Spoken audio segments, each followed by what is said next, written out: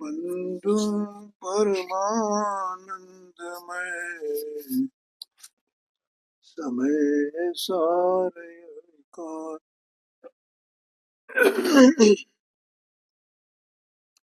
नाटक समय सार इसका मोक्ष द्वार। इसमें 15 नंबर का छंद अपन ने कल पढ़ा था।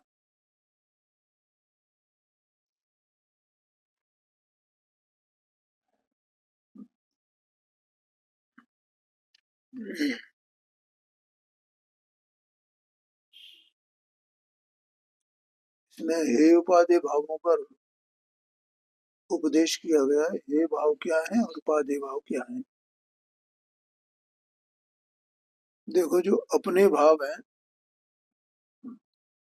वे उपाधेय हैं। आत्मा के अपने जो भाव हैं वे उपाधेय हैं, और जो आत्मा के अपने भाव नहीं है वे उपाधेय नहीं है। किस प्रकार से?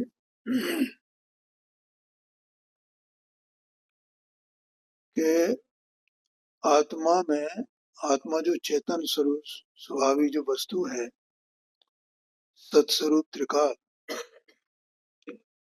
इसका ऐसा स्वभाव नहीं है, ऐसी शक्ति नहीं है कि राग द्वेष मोह इत्यादि जो भाव है और वो इसमें से आवे। तो जो इसमें से उद्भूत नहीं होते हैं, नहीं आते हैं, वे भाव आत्मा के नहीं है। भले ही आत्मा की अवस्था में हो, लेकिन वे भाव आत्मा के नहीं है। और जो आत्मा के नहीं है माने अपने नहीं है, वे उपादेय नहीं है, वे हेय हैं। वे ये जानने योग्य है कि ये मेरी नहीं है। इसलिए उनमें अहम बुद्धि, कर्ता बुद्धि, स्वामित्व बुद्धि, भोक्ता बुद्धि उनमें नहीं होनी चाहिए। इसका नाम है हे बना। बस वे रहें तो रहें, उनमें उदासीन होना, उनमें अपनापन नहीं देखना, इसका नाम है हे। देखो, जो हे है, जिसको हे कहा जाता है, तो हे का मतलब है त्यागने योग्य, त्याज्य, हेय, छोड़ने योग्य। तो छोड़ने योग्य कैसे है? कि 3 प्रकार से छोड़ने योग्य है। अपना नहीं मानने रूप छोड़ने योग्य है। अपना नहीं मानना, ठीक है, तो उसे अपना मानना छोड़ दिया। अपना नहीं जानना, तो इसका मतलब उसे अपना जानना छोड़ दिया। और उसमें अपनेपन का आचरण नहीं करना, इसका मतलब उसमें आचरण छोड़ दिया। इसका नाम है हेपना। अगर अपन त्यागने का कहें ना, तो त्याज्य है, त्याज्य है, हे मान त्याज्य है। तो इस प्रकार से है, जो अपना है उसे अपना जानना, जो अपना है उसे अपना मानना, और जो अपना है उसका अपना आचरण करना, इसका मतलब वो अपना है, वो उपाधि है, ग्रहण करने योग्य है। उपाधि माने ग्रहण करने, ऐसा आशय। यहाँ पंडित जी साहब ने ये जो लिखा है ना, 15 नंबर के छंद में अंतिम 2 लाइनें हैं। जो चिन्मंडित भाव उपाधि जानने, और त्याग जो पर भाव पर आए मान। चिन्मंडित भाव किसको कहेंगे? चैतन्य भाव, माने जो चेतना में से आते हैं, जिनमें चेतना रहती है, अपने को कभी ये शंका होती है कि देखो भाई, राग भाव, द्वेष भाव, कसाय भाव, शुभ भाव, अशुभ भाव, ये भी तो आत्मा करता है ना, ये आत्मा के होते हैं ना, तो ये आत्मा के है ना, तो आत्मा के हैं तो इनमें चेतना है ना। लेकिन वास्तव में क्या उनमें चेतना है?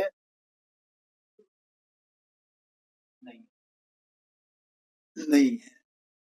ये कैसे सिद्ध होता है कि नहीं है?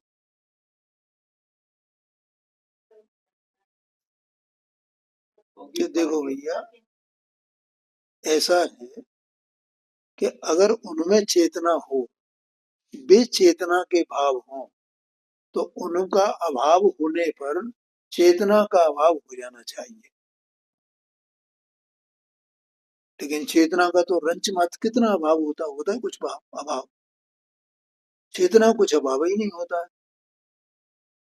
इसका मतलब उनमें चेतना का भाव नहीं है, वे चिन्मंडित भाव नहीं है, चैतन्य से मंडित भाव नहीं है। अर्थात मंडित का मतलब रचना, वे चैतन्य की रचना नहीं है।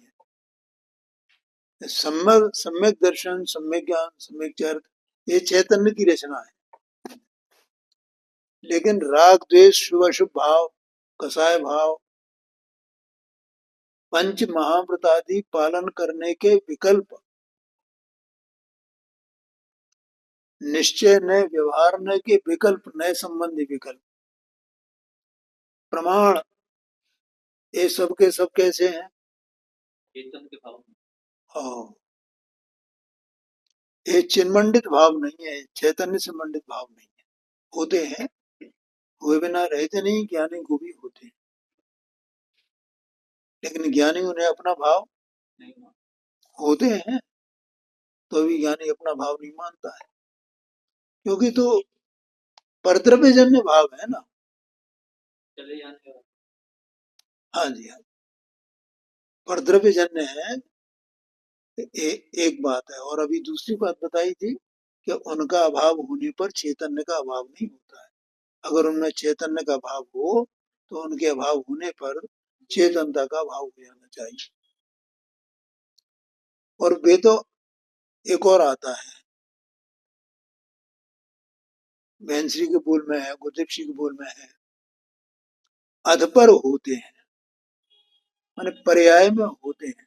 भले ही वो पर्याय द्रव्य प्रमाण है, उसकी कोई बात नहीं, लेकिन पर्याय में होते हैं, पर्याय में होते हैं, इसका आशय क्या रहा? इसका आशय ऐसा है कि पर्याय तो उत्पाद रूप है ना, तो एक पर्याय में हुए तो पर्याय का उत्पाद, उत्पाद हुआ तो व्यय हो गया, तो उसी पर्याय के व्यय के साथ में ही उनका अभाव हो गया ना। अब दूसरी पर्याय उत्पन्न हुई तो फिर वो उत्पन्न हो गया, जब तक वो रहने वाला है, कर्म का उदय है। ठीक है। और कोई ऐसी पर्याय आने वाली है जो पर्याय, जिस पर्याय में वो होंगे ही नहीं, अनुकर्म नहीं हो, कर्म का उदय नहीं हो, ऐसा ये जीव अपनी शक्ति से, ऐसे ही इसकी शक्ति प्रकट हो जाए कि कर्म ही नहीं रहे, उनकी पूरी निर्जरा हो जाए, या जितने कर्मों की निर्जरा हो गई, तो उतने अंश में वो राग भाव, शुभ शुभ भाव, उनकी शक्ति सब कम हो गई ना। लेकिन चैतन्य भाव की शक्ति कुछ कम हुई क्या? क्या नहीं हुई है? इसलिए कहा जाता है कि वो अधपर होते हैं। होते पर्याय में ही है, पर्याय द्रव्य प्रमाण ही है, पर्याय द्रव्य से कोई भिन्न नहीं है। लेकिन पर्याय का जो स्वरूप है वो क्या है? उत्पाद व्यरूप, उत्पाद व्यरूप, उत्पाद व्यरूप। इसलिए कहा जाता है द्रव्य में नहीं होते, पर्याय में होते हैं। तो द्रव्य तो त्रिकाल है और पर्याय त्रिकाल। बेटा समझ में आ रहा है ना? ये बहुत गंभीर बातें हैं भाई। हाँ, पर्याय है तो पूरी द्रव्य प्रमाण, असंख्यात प्रदेश ही द्रव्य है, तो द्रव्य कहाँ अपने असंख्यात प्रदेशों में है ना, तो असंख्यात प्रदेशों में ही उसकी पर्याय होगी ना। ऐसा तो नहीं है कहीं किसी अंश में पर्याय हो जाए, और पर्याय होगी तो वहां पर्याय विकारी है, तो वो पूरी पर्याय ही विकारी है। ऐसा नहीं है उस पर्याय के किसी कोने में बेकार हो गई। स्फटिक मणि होता है वो दाग लगी है, तो पूरा स्फटिक मणि लाल दिखेगा, कोई एक एक उसका वो एक अंश लाल दिखेगा, पूरा दिखेगा वो तो। लेकिन वो स्फटिक मणि के एक परमाणु भी उसका लाल हुआ ही नहीं है, इसलिए वो पर्याय पर्याय में है। वो पर्याय भी उस स्फटिक मणि जितना है ना, उसके जो आकार है उसी आकार में उसकी पर्याय है। कोई ये कहे नहीं स्फटिक मणि तो इतना बड़ा है, वो पर्याय तो छोटी सी होगी, ऐसा है क्या? ऐसा समझना। इसलिए यहाँ चिन्मंडित भाव उपादेय जानने और त्याग जो पर भाव, बाकी के सब पर भाव हैं, वे पराय मानने पर हैं, ऐसा आशय है।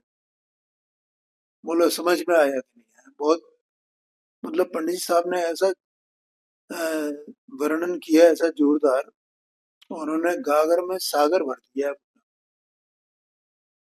जाके चेतन भाव चिदानंद सोई है, और भाव जो धरे तो औरो कोई है। और भाव धरे माने ये धारण करता है, और भाव भी शुभ शुभ भाव भी धारण करता है ना, पंच महाभूत आदि के विकल्प भी करता है ना, पुण्य पाप के भाव भी होते हैं ना। ये धारण को कौन करेगा धारण? देह तो धारण करती नहीं इनको, आत्मा ही धारण करता है। तो जिन भावों के धारण करता है और भावों को, वे चैतन्य से मंडित नहीं है, ठीक है, इसलिए वे और कोई है, ऐसा कहते हैं। अर्थ है इसमें, जिसमें चैतन्य भाव है वह चिदात्मा है, और जिसमें अन्य भाव है वह और ही है, अनात्मा है। ये विकार की विकारी भाव जितने हैं वे सब अनात्मा, अभी मैंने बताए थे सब। देखो मुनिराज भी पालन करते हैं सब, 28 मूल गुण का पालन मुनिराज के 6वें 7वें गुण स्थान बढ़ती है, 7वें गुण स्थान से 6वें गुण स्थान में आते हैं तो विकल्प उत्पन्न होता है, शुभ विकल्प उत्पन्न होता है, शुभ भाव होते हैं। अणु वो महाव्रतों के प्रति सावधान होते हैं, समितियों के प्रति सावधान होते हैं, भोजन करने जाना हो भोजन का विकल्प उत्पन्न होता है। ये कहाँ हो रहे हैं सब भाव? लेकिन वो मुनिराज का जो सम्यक ज्ञान है, वो सम्यक ज्ञान क्या जान रहा है? ये मेरे भाव नहीं है। तो मुनिराज भावों के करता है क्या? नहीं, करता नहीं है। मुनिराज को उन भावों में अपनापन है क्या? नहीं, नहीं है। वे तो उनके उन भावों के ज्ञाता दृष्टा हैं, जानते हैं बस ये हैं, लेकिन ये मेरे नहीं, ऐसा कहते हैं।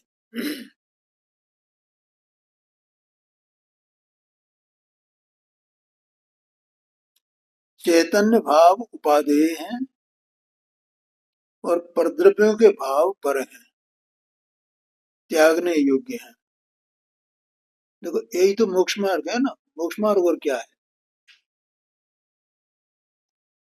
नहीं आया ख्याल में? ऐसा जानना, ऐसा मानना और ऐसा आचरण करना, बस इतना इतना मोक्ष मार्ग है।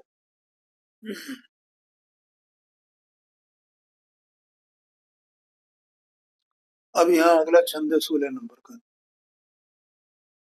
ज्ञानी जीव चाहे घर में रहें चाहे वन में, मोक्ष मार्ग साधते हैं। ख्याल में? माने चाहे वे श्रावक हों चाहे वे साधु हों, कोई भी वेश हो, लेकिन वे तो मोक्ष मार्ग को साधते हैं। अपन इसका पाठ करते हैं पहले। जिनके सुमति जागी भोग सौंभय विरागी, पर संग त्यागी जे पुरुष त्रिभुवन में। रागाधिक भावन सो जिनकी रहन न्यारी, कबहु मगन वे न रहे धाम धन में। जे सदैव आपको विचार सर्वांग शुद्ध, जिनके विकलता न व्यापे कहूँ मन में। तेई मुख मार्ग के साधक कहा मैं जीव। वाह वाह, क्या बात। देखो, जिनके सुमति जागी और भोग सो भये बैरागी, पर संग त्यागी जे पुरुष त्रिभुवन। तीन लोक में जितने भी जीव हैं और जिनको सद्बुद्धि माने सम्यक ज्ञान प्रकट हुआ है, बोलो समझ में आया? क्या प्रकट हुआ? सम्यक ज्ञान। सुमति का मतलब सम्यक बुद्धि, सम्यक ज्ञान। ये जो सम्यक ज्ञान प्रकट हुआ है एक बार, और सम्यक ज्ञान का काम क्या है? हाँ, सम्यक ज्ञान का मतलब है स्वर प्रकाशक पना उसमें होना। तो वो स्ववस्तु को, स्वभावों को जानता है, और जो परवस्तु हैं, प्रभाव हैं, उन्हें भी जानता है। आया ख्याल में? तो वो आत्मा जो सत्स्वरूप वस्तु है, वो वस्तु स्वयं अपने पुरुषार्थ से ऐसे सम्यक ज्ञान रूप परिणमित होता है। अपने पुरुषार्थ से जो आत्मा है, जो जीव सम्यक ज्ञान रूप परिणमित होते हैं, उन्हीं की बात यहाँ कही जा रही है। उन्हें क्या होता है? उनके एक तो सम्यक ज्ञान रूप परिणमित हो गए वे, तो सपर प्रकाशक पना आ गया। तो जैसा ऊपर कहा हे उपादेय भावों का, तो वो हे उपादेय भाव क्या है, इन्हें जानते हैं, प्रकाशित करते हैं। जानते हैं माने प्रकाशित करते हैं, प्रतिबिंबित करते हैं। तो जिन्हें सुबुद्धि जागी है और भोग सो भय बैरागी, माने जो भोग से संबंधित जो भाव हैं, क्या कहा? भोग संबंधी जो भाव हैं। अब उन भावों के बारे में दो बातें। तो भोग संबंधी भाव हैं, तो उनके दो प्रकार के निमित्त। कौन कौन से दो प्रकार के? एक तो अंतरंग निमित्त, चारित्र मोहनी कर्म का उदय, और दूसरा बहिरंग निमित्त, बाहर में भोग सामग्री। ठीक है? और भोग का भाव अपनी परिणति में प्रकट हुए, और वो भोग का भाव उनके लिए उपादेय है कि हे है? हेय है। इसलिए वे उस भोग के भाव से और भोग के भाव की निमित्त रूप जो बाह्य सामग्री है, उससे दोनों से विरत हुए हैं। इसका नाम है भोग से भय बैराग।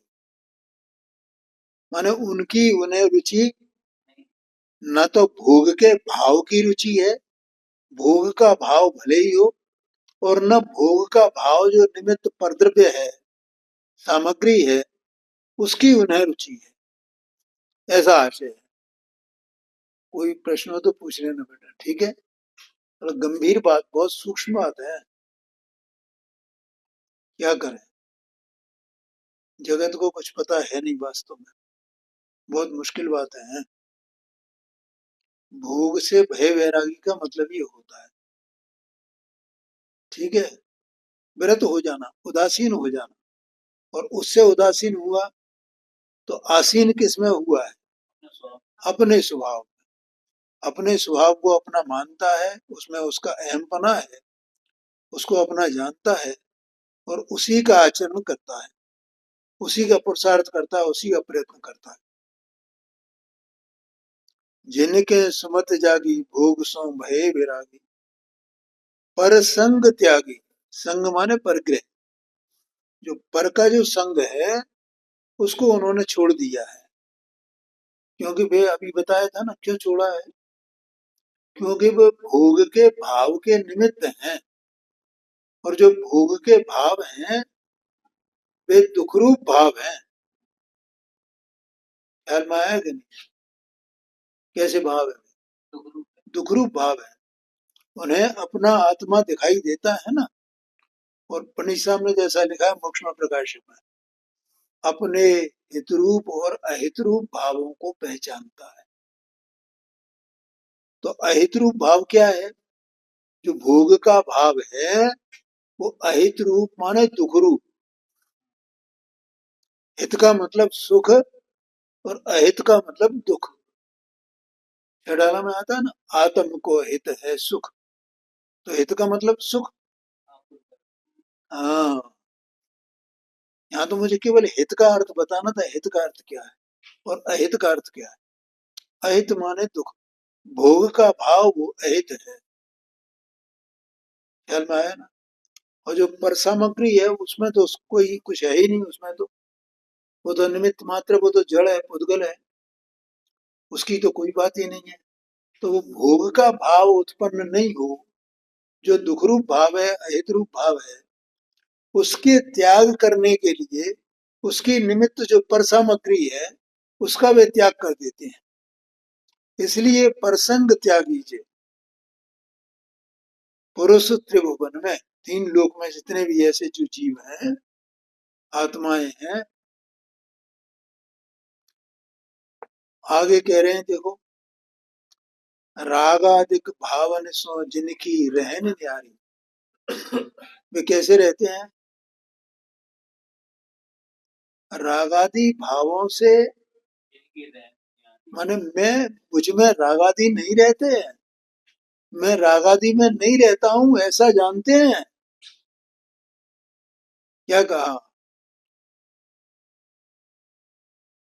देखो, ज्ञानी होता है ना तो उसे अपनी सत्ता का बोध है पूरा का पूरा। वो जो गुरुदेव श्री बहनश्री के वचनों में आता है, जल हल ज्योति, तो जल हल ज्योति, जल हल ज्योति कैसे? सुना है कि नहीं सुना?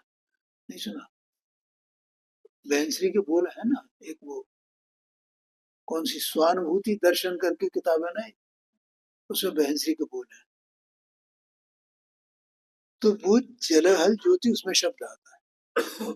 तो अपनी ज्योति में, अपने ज्ञान में अपना स्वरूप प्रकाशित होता है कि नहीं होता है ज्ञानी को? अपना ज्ञान कहाँ रहेगा? अपने द्रव्य में ही तो रहेगा ना। ठीक है, तो अपना ज्ञान अपने द्रव्य में है, तो अपने ज्ञान अपने द्रव्य को, अपनी सत्ता को, अपने स्वरूप को, अपने स्वभाव को प्रकाशित नहीं करे, ऐसा हो सकता है क्या? अगर वो प्रकाशित नहीं करे तो फिर ज्ञान किसको कहेंगे? फिर तो वो अज्ञान है। ज्ञान तो वही है, स्वयं को भी ज्ञान है, फल को भी ज्ञान। हाँ, ख्याल में आया कि नहीं आया? क्या कहा? जैसे दीपक होता है ना, दीपक, दीपक का प्रकाश दीपक में ही रहता है कि दीपक से बाहर जाता है? तो दीपक का प्रकाश दीपक में ही है, तो दीपक को प्रकाशित नहीं करेगा वो? बिल्कुल करेगा, वो तो सतत कर ही रहा है। पर पदार्थ चाहे प्रकाशित हो चाहे नहीं हो, वो उसकी योग्यता है। ठीक है, तो वो उसका जो ज्ञान उसको प्रकाशित करता है, तो वो ज्ञान क्या जानता है, क्या अनुभव करता है कि मैं कहाँ रहता हूँ? मैं, मेरा द्रव्य राग में रहता है कि राग मुझ में रहता है, मेरे द्रव्य में रहता है, कि राग राग में रहता है और मैं मुझ में रहता हूँ? ये बात है। आया समझ में? ऐसा सतत अनुभव उसको है, ऐसी सतत मान्यता उसको है। रागादिक भावन सो जिनकी रहन न्यारी। ओ वे ज्ञानी, इसमें आया ना, अंत में आया है, भावे रहो मंदिर में, भावे रहो मंदिर में। तो घर में भी रहे तो युद्ध में भी लड़ रहे हो तो, भोगों में भी पड़े हो तो, वे अनुभव क्या करते हैं, उनकी मान्यता क्या है। मैं अपने में रहता हूं कि मैं रागादिक में रहता हूं? अपने में रहता हूं। मैं रागादिक में नहीं रहता हूं, रागादिक मुझ में नहीं रहते हैं। ऐसा नहीं है कि रागादिक नहीं है, रागादिक तो है। मुनिराज को भी रागादिक होते हैं कि नहीं होते? नहीं होते? होते हैं। पंच महाप्रतादि के विकल्प शुभ विकल्प होते हैं ना, राग होता है। तो मुनिराज क्या मानते हैं? मैं इनमें रहता हूँ, ये मुझ में रहते हैं। कि नहीं नहीं, मैं इनमें रहते ही नहीं, ये आशय है रागादिक भावन सो जिनकी रहन न्यारी। देखो कैसे, कबहू मगन वे न रहे धाम धन में। ये मगन में वो, धाम में, धाम माने ये जग जायदाद, महल अटारी, ये सब क्या है? ये धाम है। और धन माने रुपया पैसा सोना चांदी, ये सब धन है ना। तो न तो वे धन में अपनापन करते हैं, और न वे धाम में अपनापन करते हैं कि ये मेरा 6 खंड का राज्य है ना, चक्रवर्ती है, तो मैं 6 खंड का राजा हूं। ऐसा उनका ज्ञान स्वीकार करता है क्या? ये तो भैया कर्म का चारित्र मोहनी, कर्म के उदय की बलजोरी है कि अंदर में जो चैतन्य वस्तु है उसकी अवस्था में उस समय वैसा वैसा राग होता है। ध्यान में आया कि नहीं? बड़ी विचित्रता है। तो भी वे जानते हैं, उनका ज्ञान जानता है कि मैं राग में नहीं रहता हूँ, राग मुझ में नहीं रहता है। और इसलिए उनका ज्ञान कभी इनमें मगन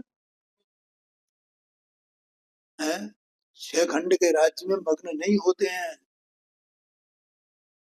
भले ही भाई से लड़ने पहुंच जाए, वैसा परिणाम वैसा विकट है, है? लेकिन तो भी उसमें मग्न थे क्या? हाँ, मग्न नहीं थे। और एक और वो आता है ना उसका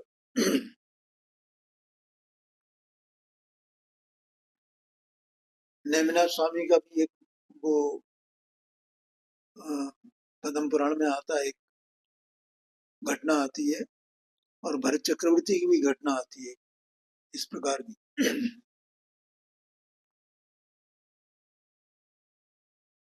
कि कोई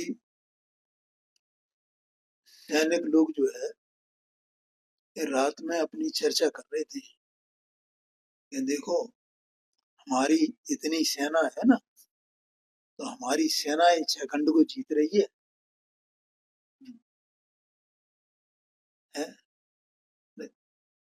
नहीं तो सम्राट की क्या क्या दम है? वो अकेला जीत सकता है क्या? है ना ऐसा? ऐसे भी चर्चा कर रहे हैं आपस में। और अगले दिन सुबह हुई, तो सुबह वो दरबार में बैठे, सारे मंत्री वगैरह सब बैठे हुए थे। और वो, उन्होंने कहा भैया मेरा ये अंगूठा टेढ़ा हो गया, ये सीधा नहीं हो रहा, इसको सीधा करने के लिए कोई बलवान पुरुष हो तो बुलाओ कोई। तो तमाम यत्न किए गए, लेकिन वो अंगूठा सीधा ही नहीं हुआ। फिर वो उन 2 सैनिकों को बुलाया गया जो आपस में चर्चा कर रहे थे कि भैया तुम्हारे पास बल होए तो जरा इसको सीधा करो। तो वे हाथ जोड़ के खड़े हुए, महाराज हमारे मुकाम है। ऐसा भाव ही उन्हें आ जाए है?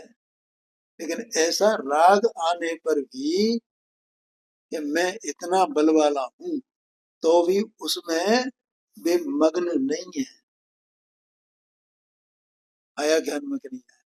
तो इसमें पीछे शायद वो एक चौपाई निकल गई है।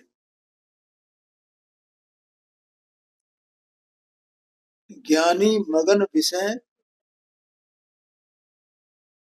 ज्ञानी मगन विषय सुख माही, यह विपरीत संभव है नाई।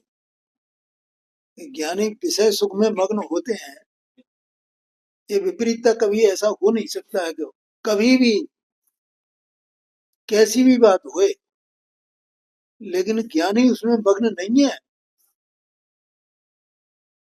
कौन जाने इस बात को? ध्यान में है ना, वो मग्न हो ही नहीं सकता है उसमें, क्योंकि निरंतर उसे बेभाव सब अपने ऊपर ऊपर तिरते हुए दिखाई देते हैं भैया। उसमें वो तो उपाधि उपाधि नहीं है ना, वे तो है तो पर वस्तु है, प्रभाव है, ऐसा देखते हैं, इसलिए वे मग्न नहीं होते हैं। कबहू मगन वे न रहे धाम धन में, तो धाम और धन में वो मग्न कैसे होंगे? जे सदैव आपको विचारे सर्वांग शुद्ध, मैं सर्वांग शुद्ध ही हूँ, माने मेरे स्वभाव में किसी भी विकार की एक कणिका का भी प्रवेश नहीं है। ध्यान में आया कि नहीं आया? ऐसा मैं त्रिकाल परम्परा में भाव रूप शुद्ध वस्तु हूँ, और ऐसा शुद्ध वस्तु हूँ। और अकेली मैंने एक दिन बोला था ना, हमने पूज्य गुरुदेव जी से, बहन श्री से शुद्धात्मा शुद्धात्मा शुद्धात्मा ऐसा सुन लिया है, तो हमें वो शुद्धात्मा वैसे याद रहता, और तो कुछ उसके बारे में और उसके विशेषण क्या है हमें याद ही नहीं रहते। जबकि उसमें देखो तो उसमें सब लिखा हुआ है शास्त्रों में। मैंने बताया था ना, क्या क्या क्या कैसा है आत्मा, शुद्ध तो है ही, निरालंब। हाँ शाबाश। अकेलापन, परिपूर्णपना, अकेलापन है बिल्कुल, अकेला हूं मैं, उस अकेलेपन में मेरा आनंद है, मेरा सुख है, उस अकेलेपन में मेरी अनंत सामर्थ्य है, अनंत शक्ति है, उस अकेलेपन में मेरी परिपूर्ण स्वतंत्रता है, प्रभुता है। बहुत बढ़िया याद की तुमने। अहम एक को, मैं एक हूं ना, खल शुद्धो नाण दंसण समक्को, निम्मम निर्मम हूं, ज्ञान दर्शन से पूर्ण, ऐसा तमाम विशेषण है उसके। ऐसा स्वरूप अपना है, ऐसा मेरा स्वरूप है, ऐसा जानता है। जे सदैव आपको विचारे सर्वांग शुद्ध, यहाँ मुख्यतः कहेगी रागादिक भावों की, इसलिए रागादिक भाव का मुझ में प्रवेश नहीं है, विकार का मुझ में प्रवेश नहीं है, विकार भले ही रहे, विकार विकार में है, ऐसा भी जानते हैं। जिनके विकलता न व्यापे कहूं मन में, और वे मन में कभी उनको व्याकुलता उत्पन्न नहीं होती है, ऐसा शांत और धैर्य रूप उनकी परिणति रहती है। तेई मोक्ष मार्ग के साधक साधक कहावे जीव, ऐसे ही जीव जो है वे मोक्ष मार्ग के साधक कहे जाते हैं। भावे रहो मंदिर में, भावे रहो वन में, उन्हें कोई भेद दिखाई नहीं देता है। ध्यान में आया कि नहीं आया? देखो ये बात मैं कई बार कहता हूँ ना, चौथे गुण स्थान वर्ती कोई जीव है और वो असंयमी है, पंचम गुण स्थान वर्ती है वो एक देश संयमी है, मुनिराज हैं वे सकल संयमी है। अब असंयम, एक देश संयम और सकल संयम, ये तीनों एक जाति के, ठीक है। और अंतरंग में आत्मा को सम्यक दर्शन ज्ञान और स्वरूपाचरण चारित्र, इसकी एक जाति तीनों की, इसके असंयमी के भी, देश संयमी के भी और सकल संयमी के भी। बोलो समझ में आया ना? नहीं आया ख्याल? तीनों की जो परिणति में शुद्धता प्रकट हुई है, उज्ज्वलता प्रकट हुई है, आनंद प्रकट हुआ है, उसकी एक जाति है, उसकी एक धारा है। और असंयम की, एक देश संयम की और सकल संयम की एक धारा है। कहीं पे एक ही माने उनका स्वभाव एक प्रकार का है तीनों का, और इधर इसका स्वभाव एक प्रकार का, ऐसी दो धाराएं हैं। बोलो समझ में आया? अब वो बाहर से मंदिर में रहे, माने भवन में रहे, घर में रहे, महल में रहे, कि वन में रहे, उसे कोई भेद दिखाई देता नहीं है, ऐसा आशय है। और इसका मतलब ये नहीं है कि सर्वथा भेद भी नहीं है ना? वहां अंतरंग में जो शांति की, सुख की जो धारा है, वो बढ़ती हुई धारा है, बस इतना अंतर है। ख्याल में? हाँ, जिनकी शांति और सुख की प्रचुरता है परिणति में, वे वन में रह रहे हैं, और जिनके नहीं है वे घर में रह रहे हैं। ठीक है, लेकिन दोनों की उस क्वालिटी में, अंतरंग की क्वालिटी में कोई अंतर नहीं है, ऐसा समझना। ऐसा कहते हैं यहाँ पर कि तेई मोक्ष मार्ग के साधक कहा विधि। तो वे सबके सब ऐसे मोक्ष मार्ग के साधक हैं, ऐसा यहाँ कहा। अर्थ है, जिन्हें सुबुद्धि का उदय हुआ है, जो भोगों से विरक्त हुए हैं, जिन्होंने शरीर आदि परद्रव्यों से ममत्व हटाया है, परसंग त्यागी का, जो राग द्वेष आदि भावों से रहित हैं। ये इसका जो मैंने अर्थ बताया था ना, रागादिक भावन सो जिनकी रहन न्यारी, उसको ध्यान में रखना भैया। इसके अर्थ में वो उतनी गंभीरता नहीं आ पाती है, कई बार मैंने देखा है ये। उसे सबर प्रकाशक ज्ञान जिससे प्रकट हुआ है, वो कैसे माने कि मैं राग में रहता हूँ? अरे अज्ञानी मानता है मैं राग में रहता हूँ, राग मुझ में रहता है, और मैं और राग एक में गए। यहाँ तो केवल इतना कि जो राग द्वेष से आदि भावों से रहित हैं, ऐसा कह दिया। तो रागादि भावों से रहित तो फिर अनंत और सिद्ध भी है, फिर अब किसकी बात है? ऐसा प्रश्न आ जाएगा। जो कभी घर और धन संपत्ति आदि में लीन नहीं होते, जो सदा अपने आत्मा को सर्वांग शुद्ध विचारते हैं, जिन्हें मन में कभी व्याकुलता नहीं जाती, वे ही जीव इस तीन लोक में मोक्ष मार्ग के साधक हैं, चाहे घर में रहें, चाहे वन में रहें। तो ये पूरा अपन ने इसका विचार कर ही लिया है, और समय भी हो गया है। आगे की चर्चा अपन कल करेंगे।